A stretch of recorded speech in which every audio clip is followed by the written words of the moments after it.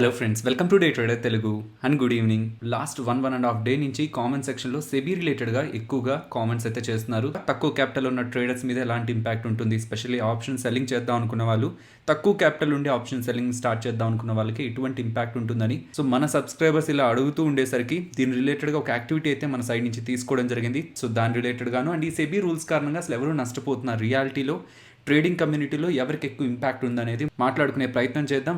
Last week market కొంత వోల్టైల్గానే ఉంది, but అది రేంజ్ బౌండ్లోనే ఉంది. సో షార్ప్గా ర్యాలీ అవ్వడం కానీ షార్ప్గా పడిపోవడం కానీ ఇలాంటివి మనకి ఎక్కువగా కనిపించలేదు. సో ఏం వింటూ వచ్చాను లాస్ట్ వీక్ అంతా కూడా కేసెస్ రిలేటెడ్గా అప్డేట్స్, అలాగే లాక్డౌన్, కొన్ని స్టేట్స్ లాక్డౌన్ రిస్ట్రిక్షన్స్ పెడుతున్నాయని, అండ్ ఆర్బీఐ మీటింగ్ కూడా జరిగింది. ఆర్బీఐ వాళ్ళు లిక్విడిటీని ప్రొవైడ్ చేశారు. అండ్ ఈవెన్ గ్లోబల్గా కొన్ని పాజిటివ్ ఫ్యాక్టర్స్తో గ్లోబల్ మార్కెట్స్ అని స్ట్రాంగ్గా ఆల్ టైమ్ హైకి రీచ్ అవుతున్నాయి. మనం లాస్ట్ చాలా వీడియోస్లో కూడా మాట్లాడుకున్నాం. ఇండియన్ మార్కెట్స్ ఇలా స్టెబిలైజ్డ్గా ఉన్నాయి, కొంత పాజిటివ్ సైడ్ మూవ్ అవుతున్నాయంటే దానికి major reason global markets. So ఇండియాలో డొమెస్టిక్గా కొంత అన్సర్టనిటీ ఉన్న, లాక్డౌన్స్ విధిస్తున్న, కేసెస్ రిలేటెడ్గా అన్సర్టనిటీ ఉన్న, ఈ అప్డేట్స్ అన్నింటినీ కూడా కొంత పక్క నుంచి మార్కెట్స్ కొంత పాజిటివ్గా మూవ్ అవుతున్నాయంటే గ్లోబల్ మార్కెట్స్ పాజిటివ్గా స్ట్రెంత్ చూపిస్తుండడం కారణంగా ఫ్రైడే క్లోజింగ్ పాయింట్ ఆఫ్ టైంలో కూడా యూఎస్ మార్కెట్స్ స్ట్రాంగ్గా మూవ్ అయ్యాయి. సో దట్ మన ఎస్జిఎక్స్ నిఫ్టీని కూడా పాజిటివ్గా ఇంపాక్ట్ చేసి present SGX Nifty nearly 100 points above అయితే ఉంది.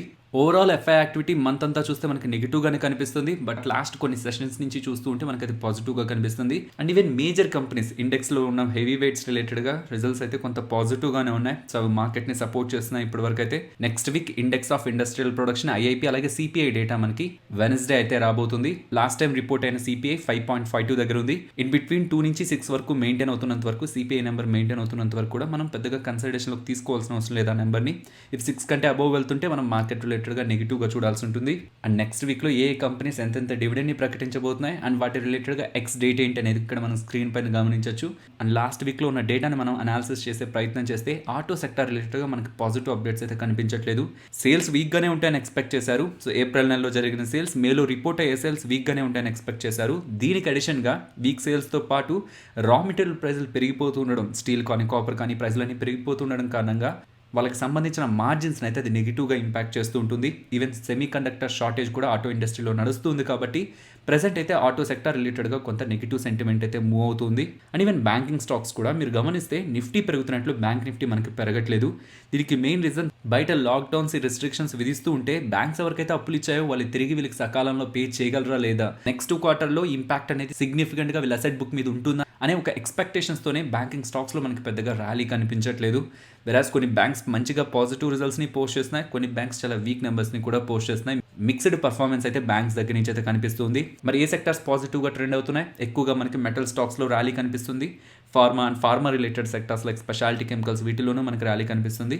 ఐటీ కానీ and even digital side play చేస్తున్న కంపెనీస్లో మనకి ఎక్కువగా ర్యాలీ అయితే కనిపిస్తుంది. సో ఇవి పాజిటివ్గా ట్రెండ్ అవుతున్న సెక్టార్స్.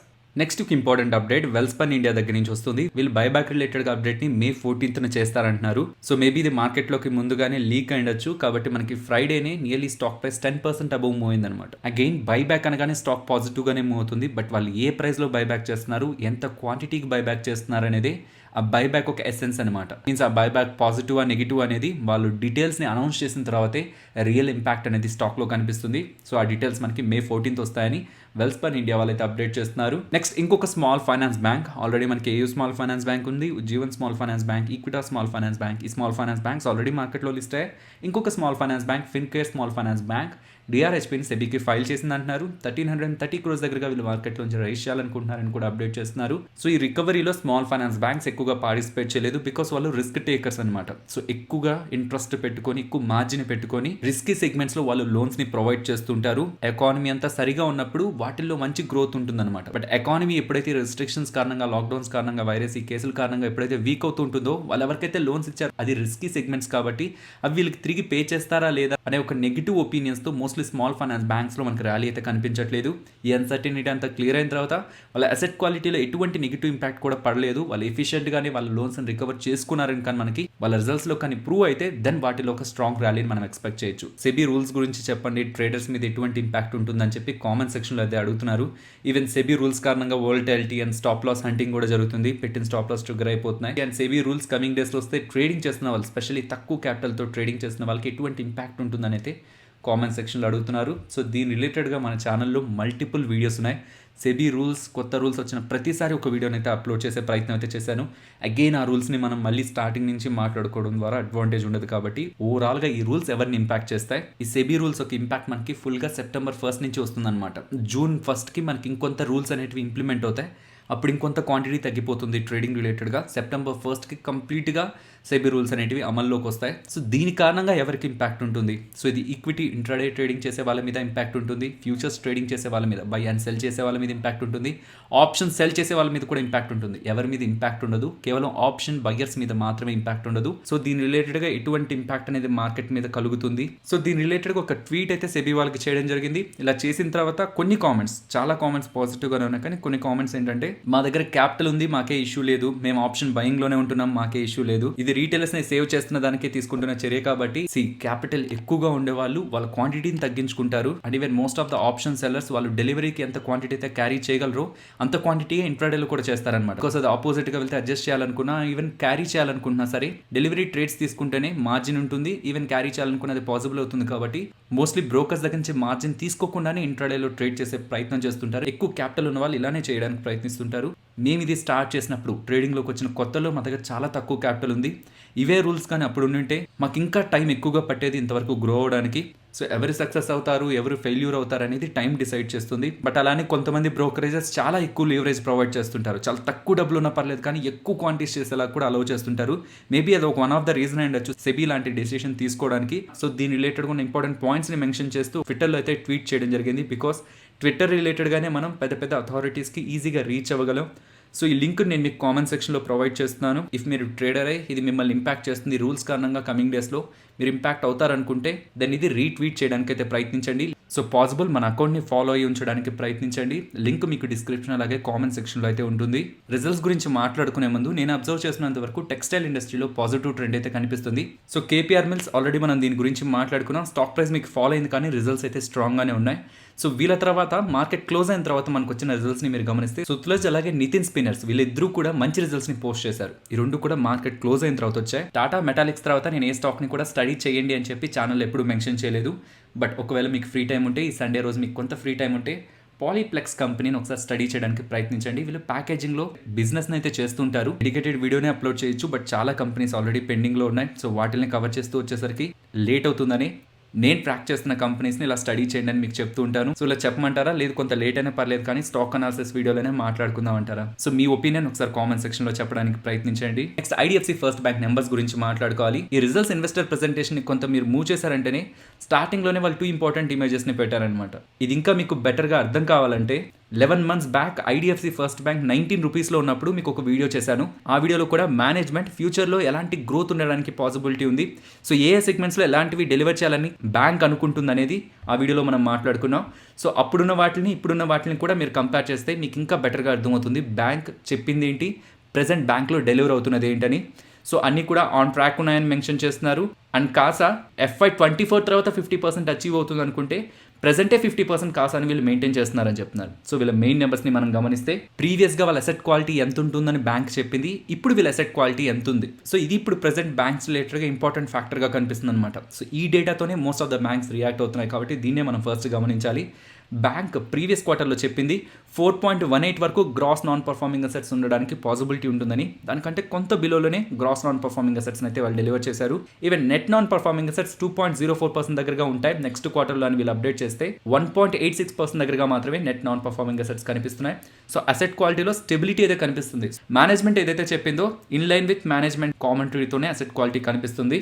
మిగిలిన వీళ్ళ నెంబర్స్ని గమనించారంటే net interest income year on year comparison చేయొద్దు, బికాస్ లాస్ట్ ఇయర్ ఈ పాయింట్ ఆఫ్ టైంలో డిఫరెంట్ సినారియో ఉంది కాబట్టి లాస్ట్ క్వార్టర్తో కంపేర్ చేసామనుకోండి, బికాస్ లాస్ట్ క్వార్టర్ వీళ్ళు మంచి నెంబర్స్ని డెలివర్ చేశారు. NI net interest income last క్వార్టర్తో కంపేర్ చేస్తే 4% దగ్గరగా గ్రో అయింది. అండ్ వీళ్ళ ప్రాఫిట్స్ లాస్ట్ క్వార్టర్తో కంపేర్ చేస్తే 1% దగ్గరగా డ్రాప్ అయింది. దీనికి one of the main reason వీళ్ళ ప్రావిజన్స్ లాస్ట్ క్వార్టర్తో పోలిస్తే పెరిగాయి, 1% దగ్గరగా పెరిగాయి. ఎవరు రిలేటెడ్గా ప్రావిజన్ చేశారనేది కూడా కింద మెన్షన్ చేశారు. సో ప్రీవియస్గా క్యాపిటల్ ఫస్ట్ పోర్ట్ఫోలియో రిలేటెడ్గా కొంత ప్రావిజనింగ్ చేశామని చెప్తూ కింద చూడండి provisioning related large telecom account అని చెప్తున్నారు. ఒక మేజర్ టెలికామ్ అకౌంట్ రిలేటెడ్గానే ప్రావిజన్స్ ఎక్కువ మొత్తంలో చేయాల్సి వచ్చిందని అయితే చెప్తున్నారు. సో టెలికామ్ అకౌంట్ ఎవరిదో కాదు, వోడాఫోన్ ఐడియా వాళ్ళది. వీళ్ళ లోన్ బుక్ 7% దగ్గరగా గ్రో అయితే వీళ్ళ డిపాజిట్స్ 43% దగ్గరగా గ్రో అంటున్నారు. అండ్ వీళ్ళ కాసా 52 దగ్గరగా మెయింటైన్ అవుతుంది అంటున్నారు.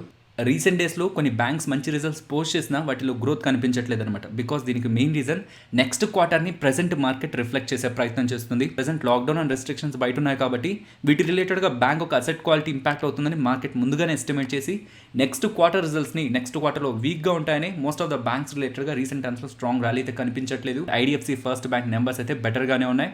నెక్స్ట్ బంధన్ బ్యాంక్ నెంబర్స్ గురించి మాట్లాడుకోవాలి ఫ్రెండ్స్. నేను ఇందాకే చెప్పాను కదా, ఏ బ్యాంక్ పోస్ట్ చేసినా సరే అసెట్ క్వాలిటీనే గమనించాలని. వీళ్ళ అసెట్ క్వాలిటీ వీక్గానే ఉంది. గ్రాస్ నాన్ పర్ఫార్మింగ్ అసెట్స్లో వాళ్ళు ప్రీవియస్గా చెప్పిన నెంబర్కి దగ్గరగా మీట్ అవుతున్నా. లాస్ట్ టైం వాళ్ళు 7.1% దగ్గరగా గ్రాస్ నాన్ పర్ఫార్మింగ్ అసెట్స్ ఉంటాయంటే ఇప్పుడు 6.8% దగ్గరగా gross non performing assets report చేశారు. కాకపోతే net non performing assets last time 2.4% దగ్గరగానే ఉంటాయంటే ఇప్పుడు అది 3.5% దగ్గరగా అయిందనమాట.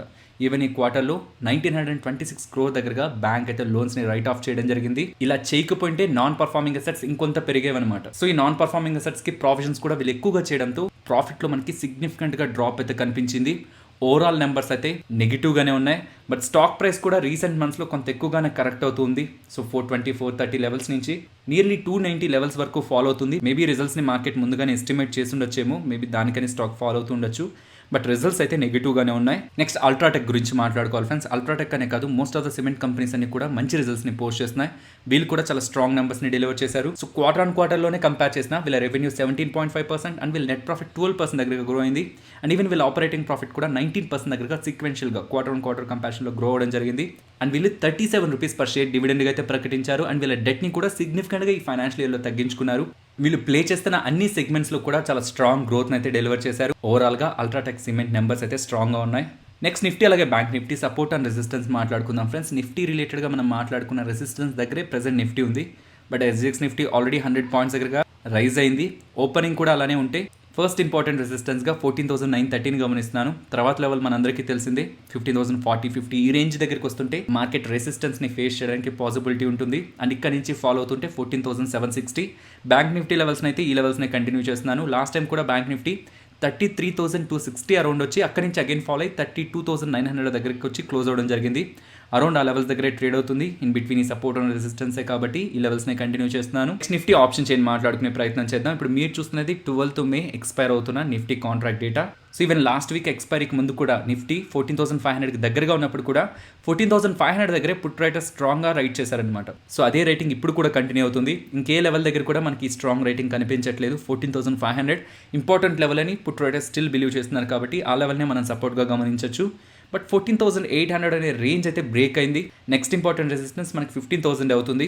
సో 15,000 దగ్గరికి వస్తున్నప్పుడు స్పెషల్లీ 15,040, 50 రేంజ్ దగ్గరికి వస్తున్నప్పుడు అయితే మనం కొంత కాషియస్గా ఉండాలి. బికాస్ మల్టిపుల్ టైమ్స్ అక్కడి నుంచి మార్కెట్ రిజెక్ట్ అయింది కాబట్టి ఆఫ్టర్ 15,000 మీకు నెక్స్ట్ ఇంపార్టెంట్ మీకు 15,200 కనిపిస్తుంది. ఫైనలీ ఇది ఫ్రెండ్స్ మన వీడియో నచ్చిందా?